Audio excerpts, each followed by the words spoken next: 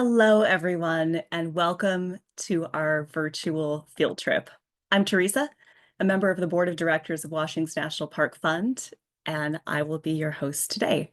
Before we start, there are a few housekeeping items.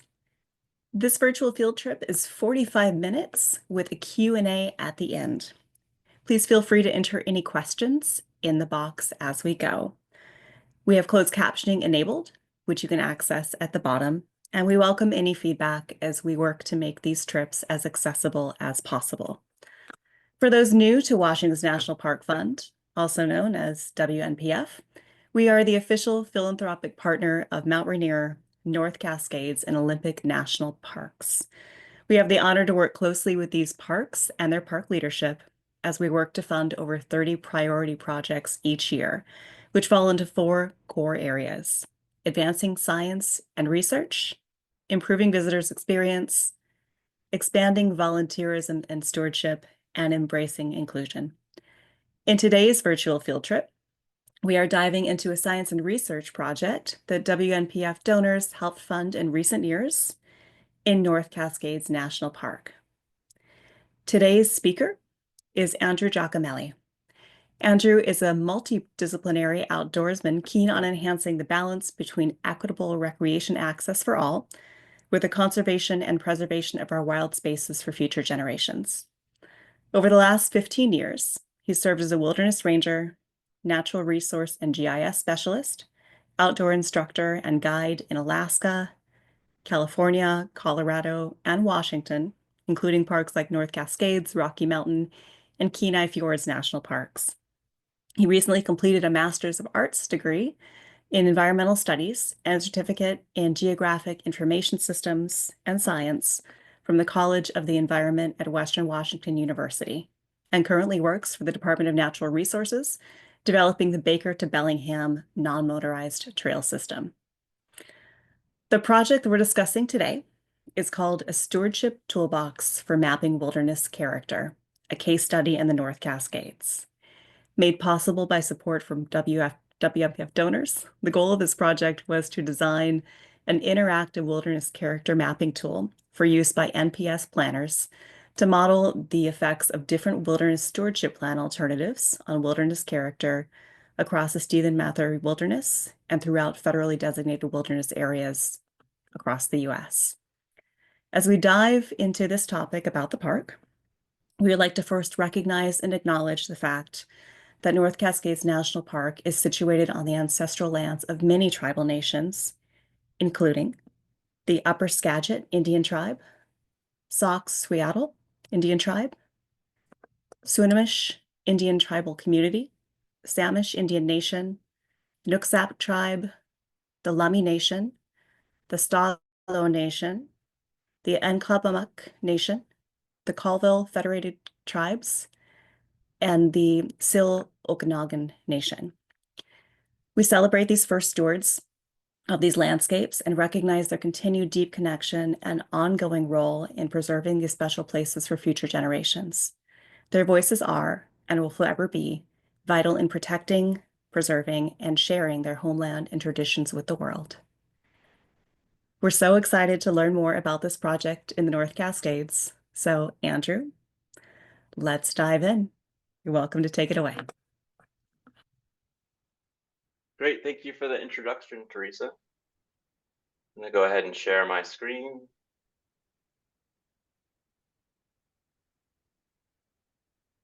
Hopefully we can all see that. Thank you for the introduction. We're going to be taking a virtual field trip in developing a GIS toolbox for mapping wilderness character. This one's a case study on the Stephen Mather Wilderness of the North Cascades National Park Service Complex. This project was brought together through hours of research on past wilderness character assessments and mapping projects, data workshops with park staff at the North Cascades National Park Service Complex, and lengthy and deep discussions with my advisors at Western Washington University and the National Park Service, and was made possible by funding from the Washington's National Park Fund.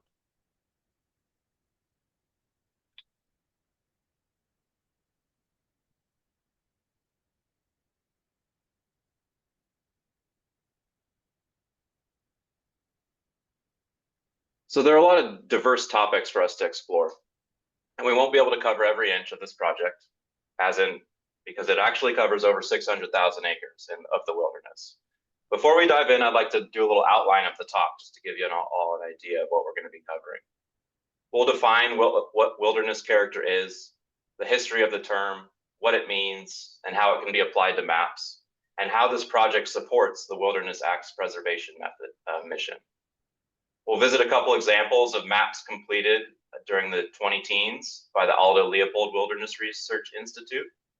We'll cover the basic methods for mapping a wilderness character using GIS, or Geographic Information Systems in science. Oops, my apologies.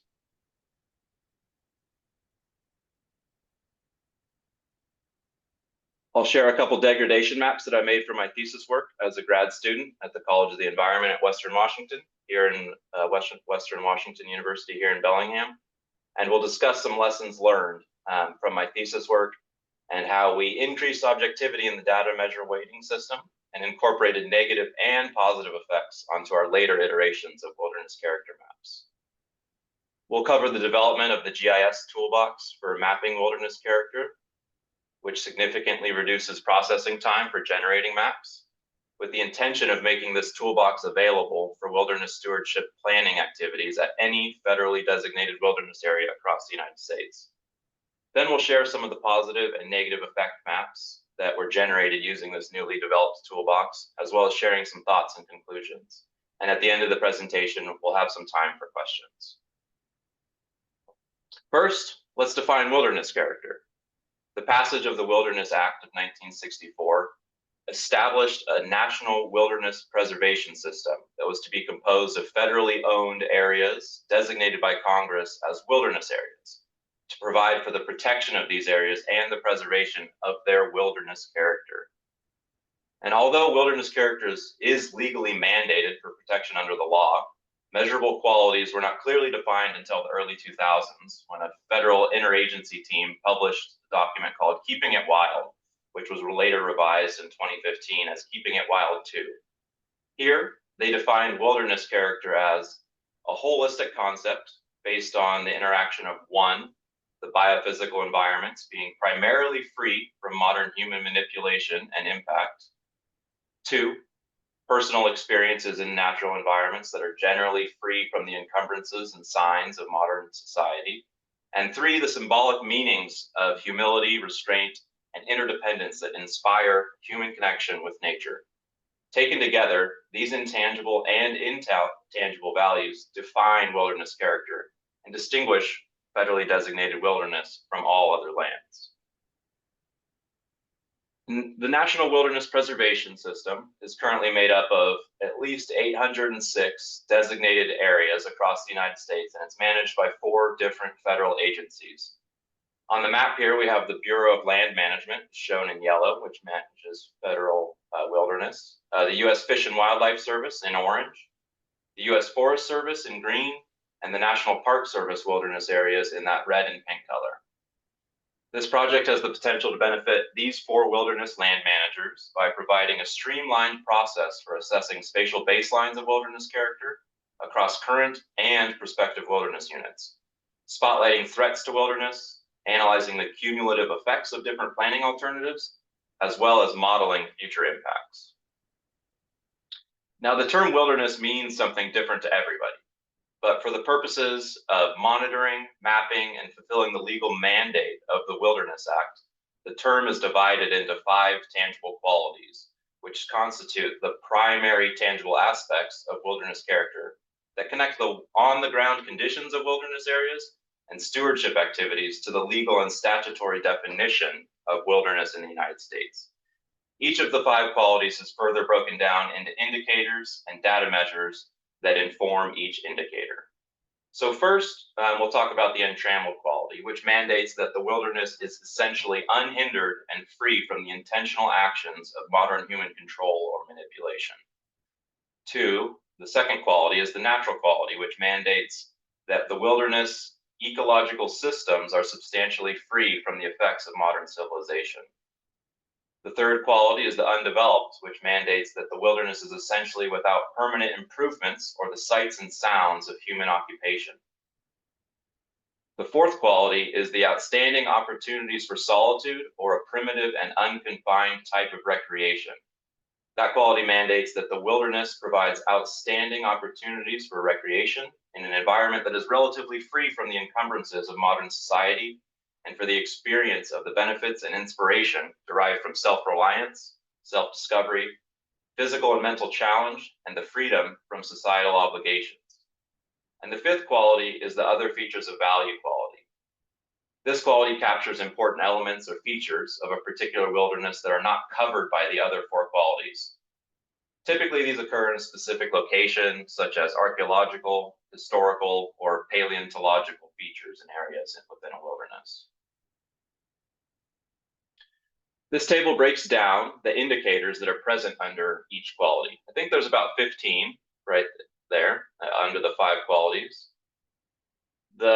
Under the untrammeled quality, it's broken down into 2 indicators: actions that are authorized and actions that are unauthorized by the federal land manager. For measures of these indicators, think like hazard tree removals, non-native plant treatment sites, non-native fish removals, or the illegal taking of natural resources like poaching and things like that. The second quality, the natural quality, is broken down into 4 indicators: plants, animals, air and water, and ecological processes.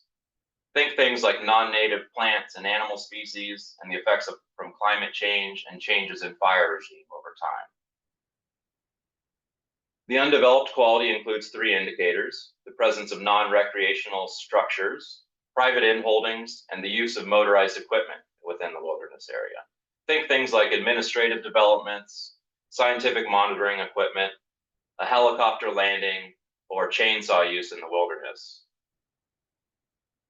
The fourth quality is broken down into 4 indicators. That's the outstanding opportunities for solitude quality.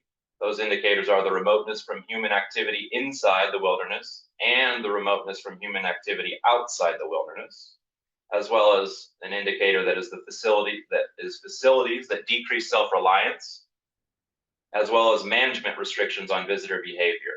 So for this quality, think data measures that are like trails and trail structures, camping infrastructure, areas where camping is prohibited, and other things like bear canister requirements or other management restrictions on visitor behavior.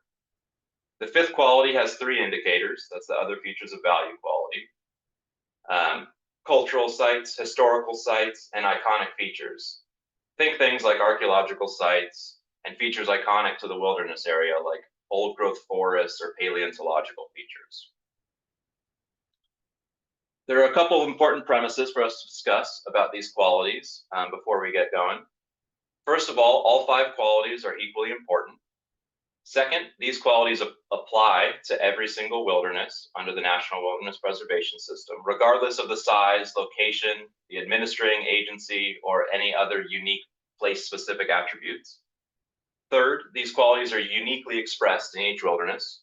Trends in wilderness character can only be compared within an individual wilderness and not with other wildernesses. Fourth, wilderness character is more than just these 5 qualities, as wilderness has many specific and intangible qualities that are currently challenging or impossible to quantify spatially. These intangible aspects are diverse and may include the connection people may feel to nature, the ethical value to society from having areas that are managed with restraint and humility, and the inspirational and psychological benefits that individuals experience in wilderness. In addition, the cultural value to the original tribal communities who occupied these lands before modern federal management that may not align with current management objectives. And fifth, management decisions are actions that may preserve or degrade these qualities, or do both simultaneously. For example, trail bridges are commonly built to reduce stream bank erosion caused by people and stock, which simultaneously preserves the natural quality, but degrades the opportunity for people to experience the primitive challenge of crossing a stream, and also degrades the undeveloped quality. These seemingly contradictory decisions and actions are challenging to depict spatially. So I wish you all to remember that as we go through some things. To actually make a map, We can use something like this flow chart right here, going from top to bottom. We workshop and identify data measures at the local level of the wilderness, as each area has individual, unique, and specific attributes. For example, at the Stephen Mather Wilderness, where we did a case study, we identified about 58 data measures that would go into the map.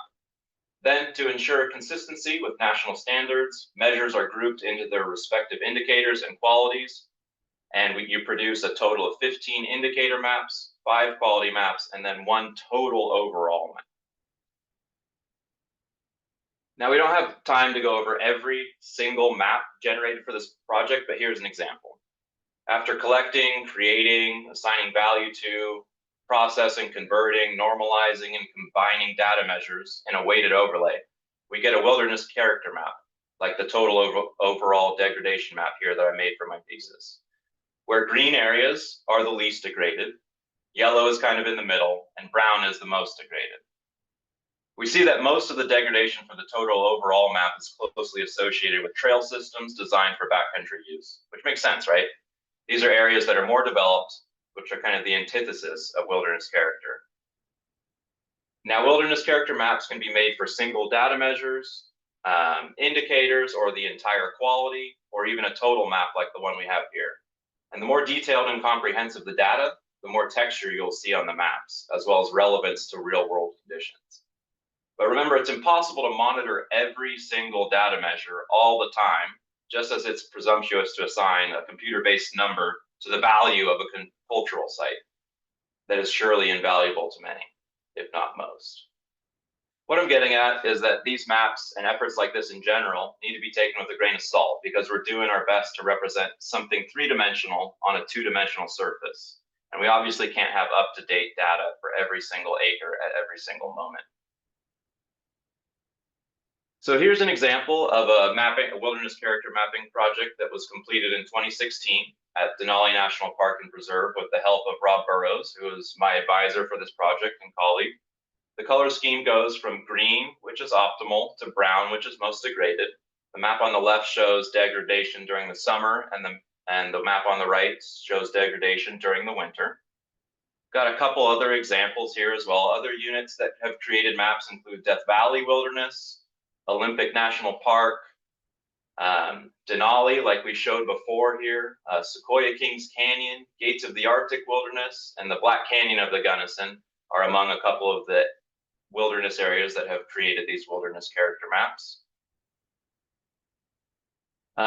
This type of mapping has also been used to explore the potential effects of different planning alternatives. For example, in 2013, a project compared the effects of improving primitive roads in the Death Valley Wilderness, which is what's shown here on the map. This would have led to reduced access times for visitors, which would decrease opportunities for solitude, as seen in the dark brown and red color around the road improvement areas in that lower map. This would have also caused degradation to the untrammeled and undeveloped qualities due to the use of motorized equipment for construction and maintenance. And these were kind of inspirations, as well as this next map that we have here of a proposed road in Gates of the Arctic. The idea here is that we were building off of these to have different planning alternatives. So if we could see what the effect on wilderness character would be depending on what sort of project might be initiated. So it's kind of a really great planning tool is kind of the goal here. Later on, I'll describe how I developed this GIS toolbox to really streamline this process and kind of automate it to make it a lot quicker for stewardship activities.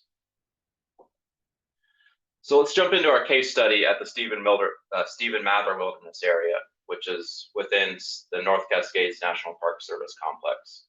In 2013, under the NPS, or the National Park Service's Director's Order 41, wilderness parks were directed to integrate the concept of wilderness character into park planning, management, and monitoring activities, to develop a wilderness character narrative, and to conduct a wilderness character assessment of ongoing trends. In 2020, the North Cascades National Park Service complex completed a wilderness character baseline assessment and drafted a wilderness character narrative in 2021. In 2022, the Wilderness Character Mapping Project began using measures identified in the Wilderness Character Monitoring Baseline Assessment as well as the identification of additional and more recent spatial data at a data workshop with park staff. The general flow of creating a degradation map was established by James Tricker and Peter Landers with mapping projects in Death Valley and Denali that we showed earlier. The main flow is to identify measures, collect and create data, assign values to data, weight the data measures, process the GIS data, and then generate the maps. But let's really quickly talk about assigning value to data. How is this even done spatially? So if we take our Stephen Mather wilderness character map and zoom in, we'll see that the color and texture we see is actually due to pixelation. A value is generated for and assigned to each and every pixel in the wilderness area. Each pixel is made up of about a 30 by 30 meter square, and these pixels are made up, and all of these pixels made up together create what we call a raster layer. So I'll refer to that a couple of times. A raster is a file that's made up of pixels. Each pixel has a value so that we can end up doing raster calculations or math using these layers. To generate an overall wilderness quality map, the total overall map, all 50 some odd data measures are overlaid on top of each other, and the final value per pixel is calculated.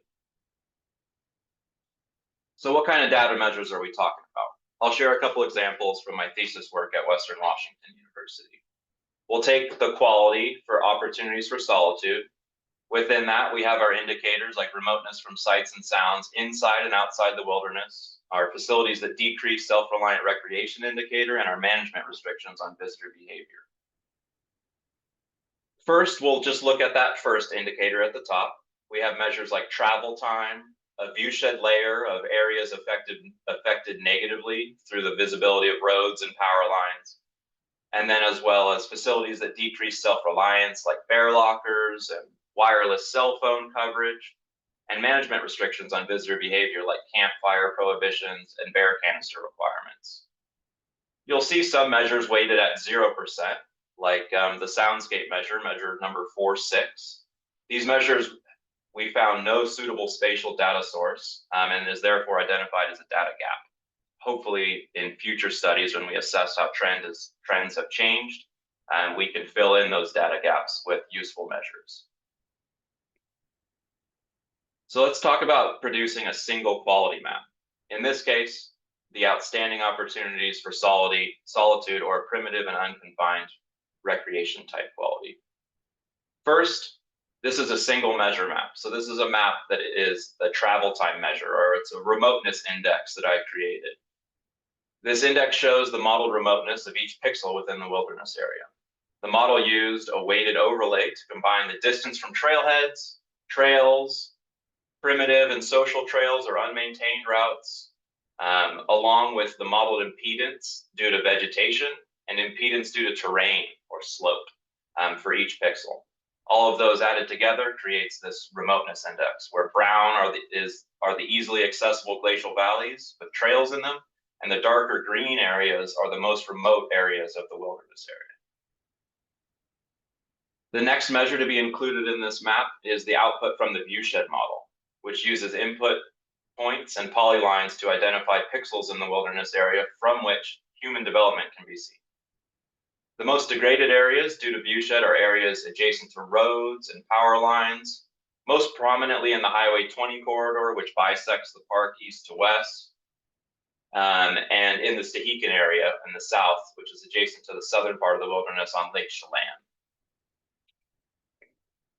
By combining those two measures and three other measure maps that I didn't include here, we get the remoteness, and we get an indicator map for the remoteness index, or excuse me, for the remoteness inside the wilderness area. So here's our indicator map. The yellow and lighter brown areas on the map show where remoteness is degraded due to the proximity to trail systems, overnight use, and viewshed. Note the Cascade River Road area in the lower inset map and the Ross Lake area in the upper right. These maps don't include any metrics of visitor day use, but you can see that there's a fair amount of degradation, mostly due to the ease of access and high visitation rates. Next, let's look at the next indicator. Here we have data measures that were included in the 2 indicators for facilities that decrease self-reliance and management restrictions on visitor behaviors. So we get measures used to inform these indicators like trails, trail infrastructure, bridges, shelters, rock walls, things like composting toilets, wireless cell phone coverage, which is colored in gray there in the inset map on the upper right, pack animal restrictions. Those are those large brown polygons where cross-country zones where pack animals aren't allowed. And campsites and cross-country zones with food storage requirements, those are shown in purple there. The orange corridors show areas where camping is prohibited, except for in designated campsites, which are marked by different colored triangles, along with other associated infrastructure as well. And then we actually get an indicator map. So once we turn all of that into pixels, into those raster layers, and we calculate all of those measures together, we get our indicator map. We can see that degradation to the facilities that decrease self-reliant recreation usually follows the trail corridors throughout the wilderness area. The Copper Loop and the Chilliwack trails in the lower inset map with campsites and trails and bridges and cable cars and rocks. You can see that there's a good amount of degradation there. That's in that lower inset map. And then the inset map on the right shows the Rainbow McAllister Loop off the Pacific Crest Trail that has similar attributes, degradation due to these developments. Got another indicator map here of the management restrictions on visitor behavior. It shows that degradation occurred across much of the wilderness area, especially in areas that do not allow stock and pets, as well as popular cross-country zones and campsites with historical bear problems that require special food storage, like the Cascade River Road area in the lower map. So with all of those indicator maps all overlaid on top of each other in a weighted overlay, we get a final quality map. So this is our opportunities for solitude quality map. The top inset map is a large scale of Copper Ridge and the Chilliwack Loop area with lighter green and yellow and even some brown pixels that show degradation due to the lack of remoteness and facilities that decrease self-reliance, as well as management restrictions on visitor behavior. Not only did this quality, the opportunities for solitude quality, have the most data measures, but it also showed the greatest spatial distribution across the wilderness area, mainly due to the continuous nature of the remoteness index data and the extent of management restrictions on visitor behavior that really are applied throughout the wilderness area.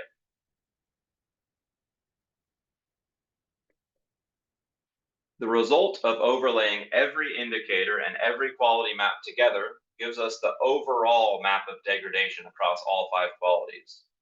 The map here shows that much of the area is well preserved, especially in the northern part of the wilderness area, and degradation is generally associated with the areas of recreation use and development. The lighter colored areas highlight the melange of trail infrastructure, visitation, and maintenance activities that bring about the need for management restrictions on visitor behavior. And it is this combination of human activities, which is so antithetical to the Wilderness Act, that makes these maps actually so colorful with the footprint of modern humans.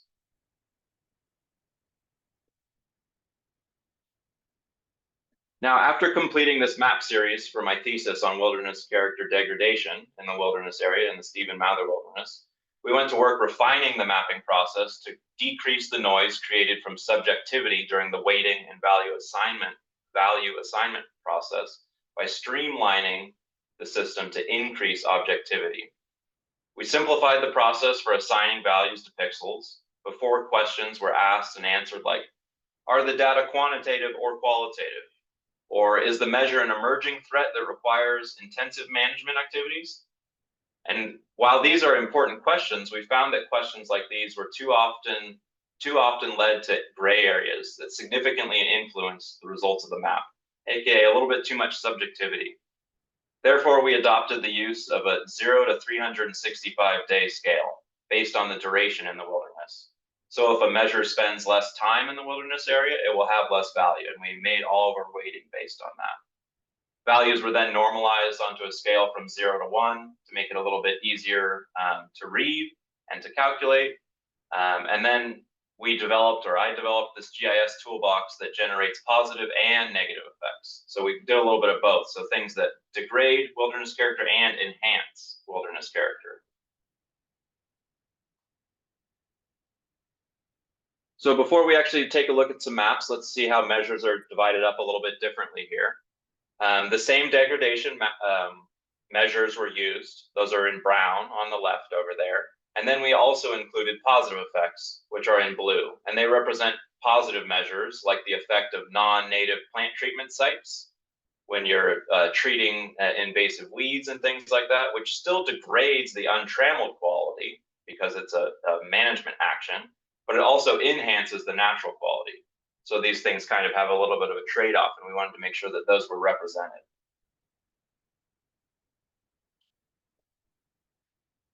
So we have two maps here. Much of the negative features of the map on the left show degradation due to the effects of climate change on glacial ice coverage, the presence of non-native fish species in lakes and streams, and human-caused fires, which are here in that lighter yellow color over here on the left.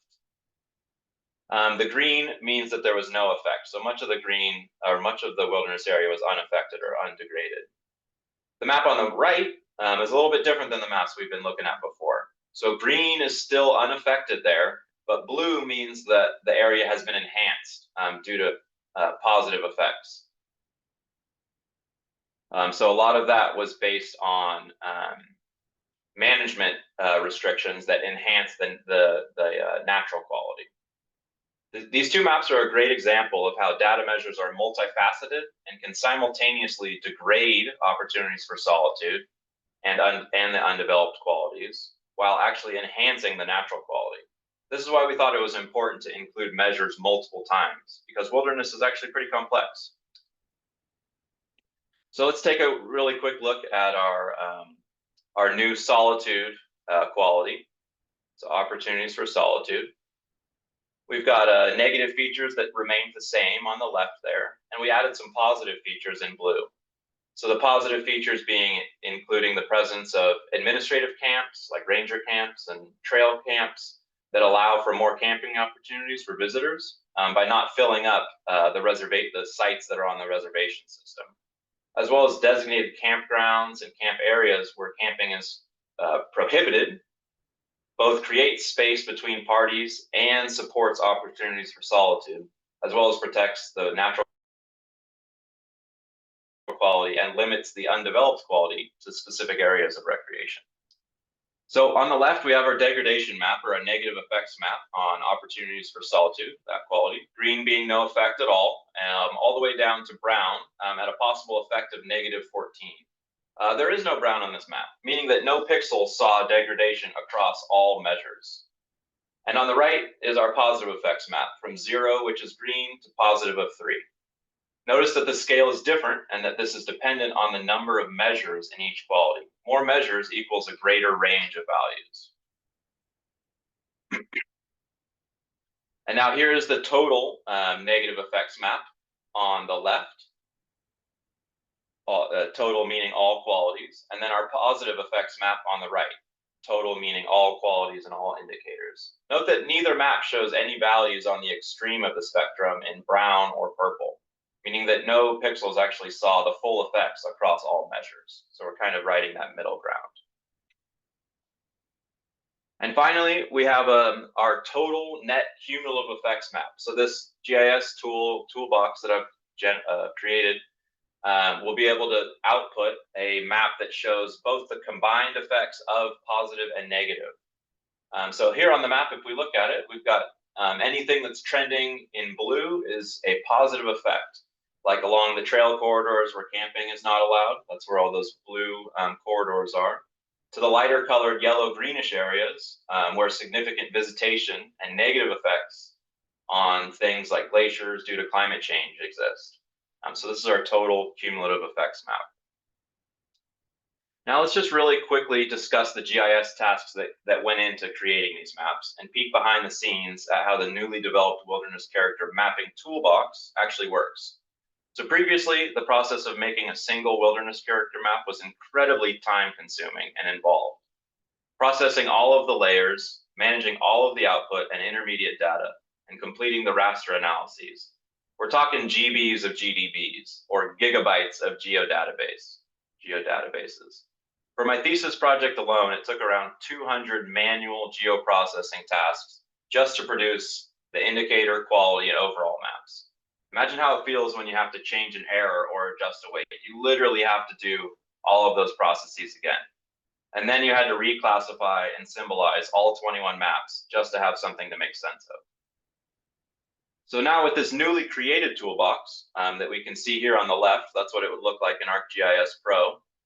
This evolved from the technical guidelines of mapping wilderness character that were established by James Tricker and Peter Landers in the 2010s, and took about 2 or 3 years of development.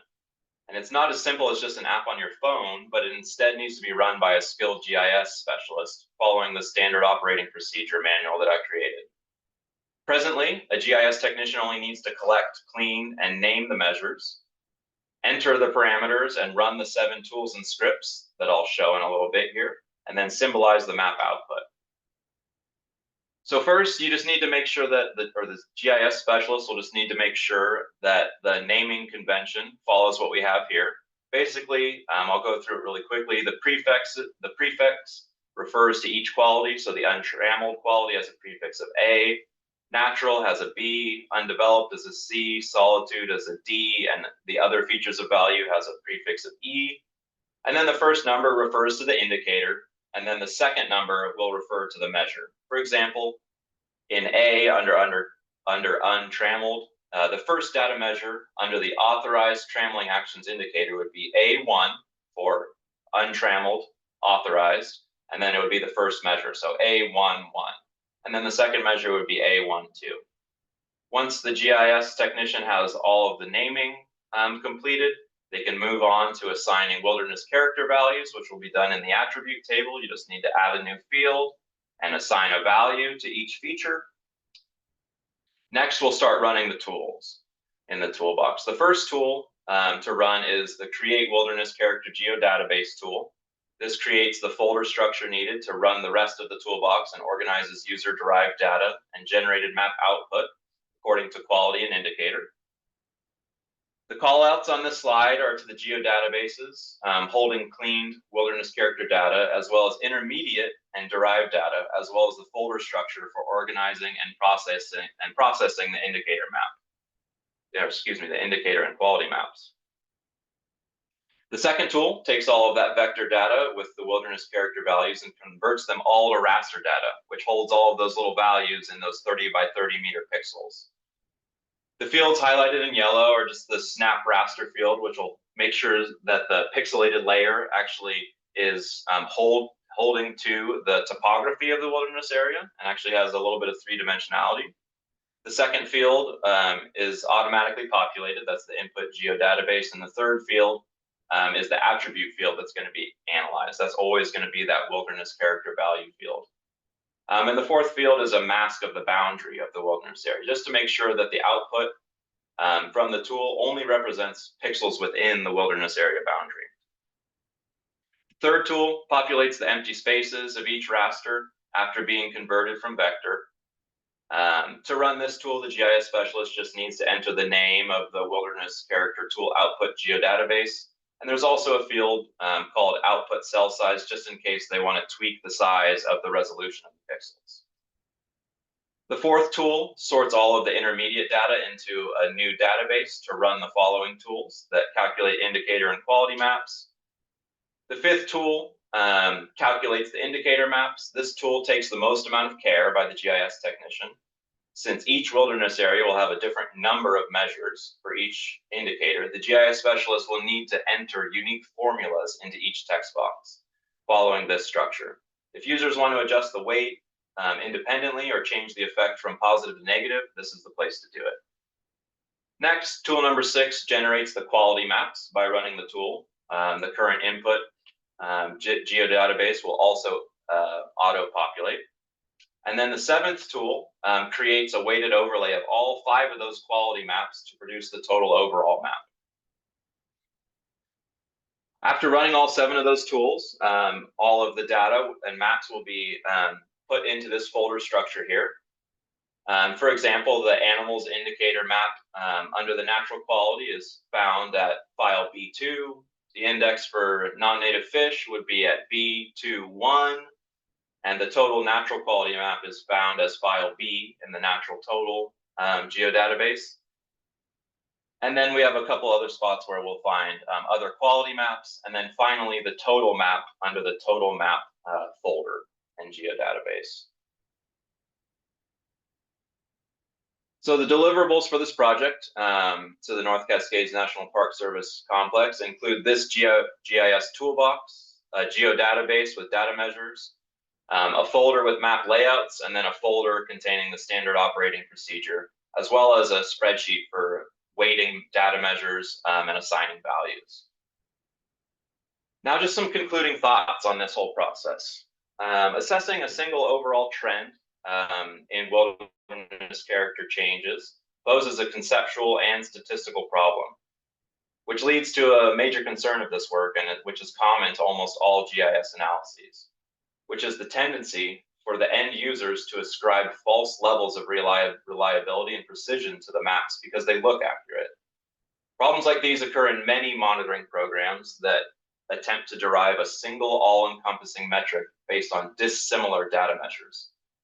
Also, some might suggest that the quantification of wilderness character does not reflect how wilderness affects each of us in different ways, while others might point to the need to develop indicators that can be used to aid monitoring and management.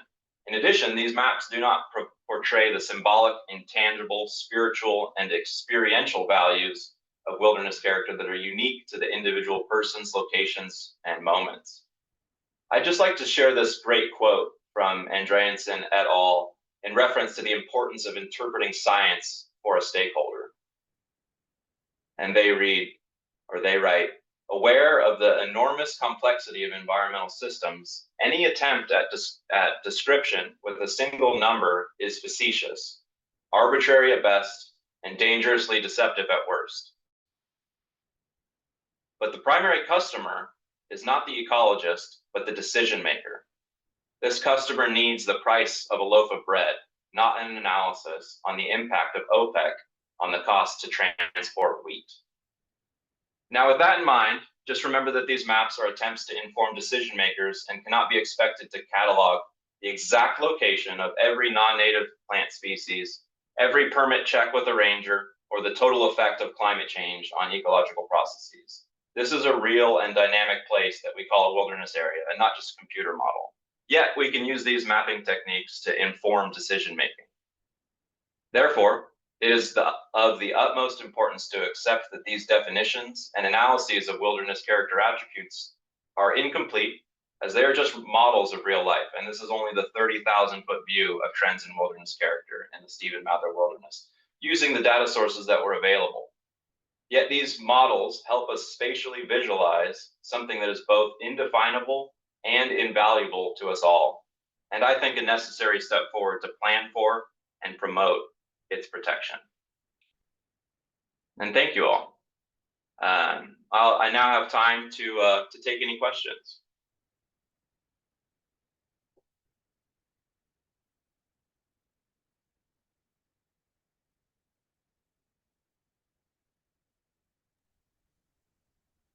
Teresa, you're muted. Thank you, Casey. Oops. Thank you. All right, so folks, don't be shy. Go ahead and put any questions that you might have into the chat box on this amazing topic. As we get started, I have one of my own I'll start with, and a observation in that this is incredible. I love not only the value of this tool and the value of the data, but the incredible demonstration that you've created a suite of tools for NPS partners to use this for future decision making. The power of that is impossible to measure, and it's incredible to see that. Thank you for sharing that. Thank you, Teresa. My absolute pleasure. In terms of questions to kick it off, going here on how to expand on how the values are given to each 30-meter square. How are the values given and assigned? I believe this Yeah, that's a great question. So there were two different two different iterations of this mapping project, where the first one, which I completed for my thesis work under the guidance of my advisors, namely Rob Burrows with the National Park Service. We were following the technical guidelines for mapping wilderness character that were established by James Tricker and Peter Landers about 15 years ago or so. And those values were based on, there's a couple different ways so that you can measure intensity of something or simply the presence or absence. So in the first iteration that I worked on for my thesis, you could simply do the presence or absence for things that literally are either present or absent. So things like non-native plant species, let's just take that for example.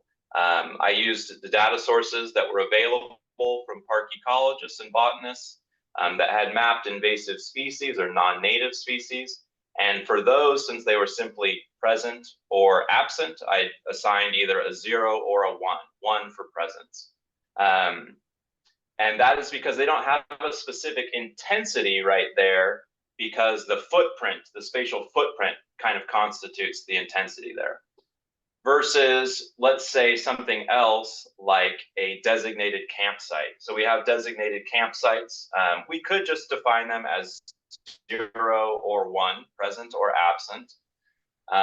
Yet those ones, yet campsites also have group sites or limited number of occupants per site.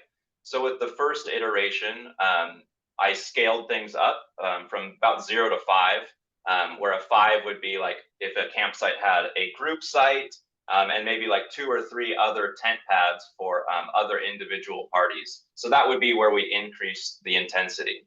My advisors and I figured that this led to a little bit of subjectivity. And so we decided to go a little bit simpler in the positive and negative effects mapping, where we went with just the presence or absence and how long it is actually on the landscape throughout the year. So if it's present on the landscape throughout the year, it gets assigned a value of 365 for every day that it's on the year. If it's only a restriction for half the year, or like a management restriction on visitor behavior, for example, we might end up having it as 180 days a year. And then we normalized that by dividing it by 365. So it made it on a scale from 0 to 1. So like for 180, that'd be like a 0.5 or 0.49, whatever that would be. Hopefully that answers your question. That's kind of how we assigned many of the values. Thank you. Thank you so much. We have another question. Makes a two-parter. Were there any surprises when the data was viewed in the final maps? And secondary, were there any assumptions or preconceived notions that you might have had about positive or negative impacts in any of the measures that turned out to be different than expected? Ooh, gosh, I would love to say that I was surprised, but since I spent so many hours with every single data measure, I watched the whole thing grow. So by the time that we got to a final map, I already knew it was coming through there. So I can't say that I was surprised about anything. I think the biggest thing that I was surprised about was maybe how long this took and how much communication it took amongst park staff and everything. And unfortunately, how many kind of data gaps we actually had. And then was the second question asking if there were surprises in the positive and negative features? Was that? Correct. Were there any assumptions that you had officially or unofficially about things that would be positive impacts to degradation or negative impacts to degradation that turned out to be less so or different? Yeah, unfortunately, I would answer that about the same way, that I spent so much time viewing what these data layers looked like spatially that I was kind of already very familiar with what the calculations would end up looking like. I think that the biggest kind of takeaways I have in that regard are that there are so many positive and negative effects that we also want to incorporate into these maps that we don't have ways to represent spatially. I think that that's kind of my biggest takeaway from this process, is that we can only represent so much, and I have this enormous desire to represent as much as possible. Yeah. Thank you. Mhm. I have another question on a similar theme regarding the responses from our friends in the National Park Service. Were they surprised by any of your findings? And Now that I would, oh, sorry.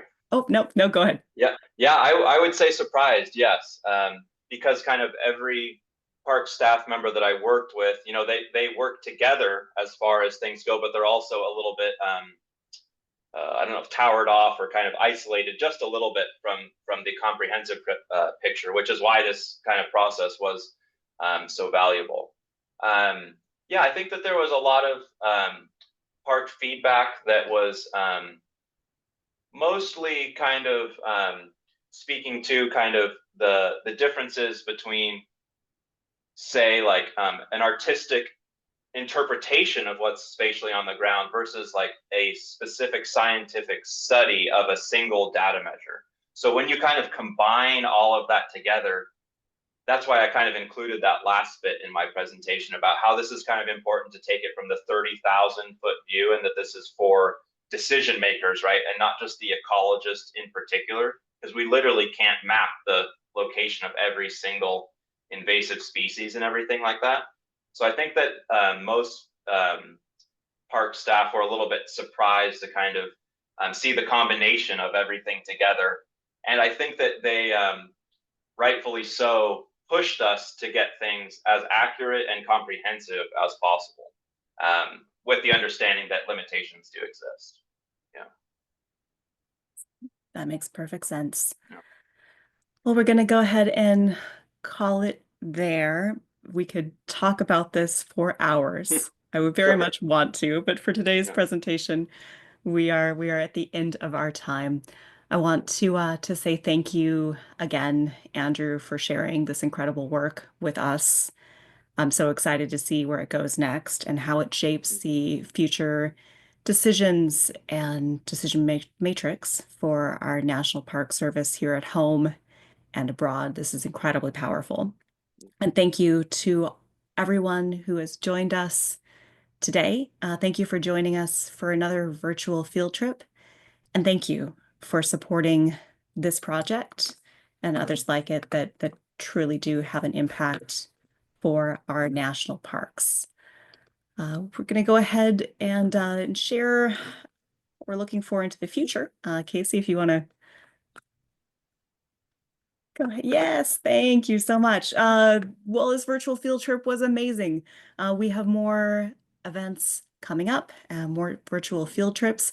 We would love for you to join us either virtually or in person at any and all of these events. And you can continue to see where we are going to be and what we're going to be up to at WNPF.org/events. With the summer season coming at us soon, we'll have more events on the calendar, and we would love to share them with you.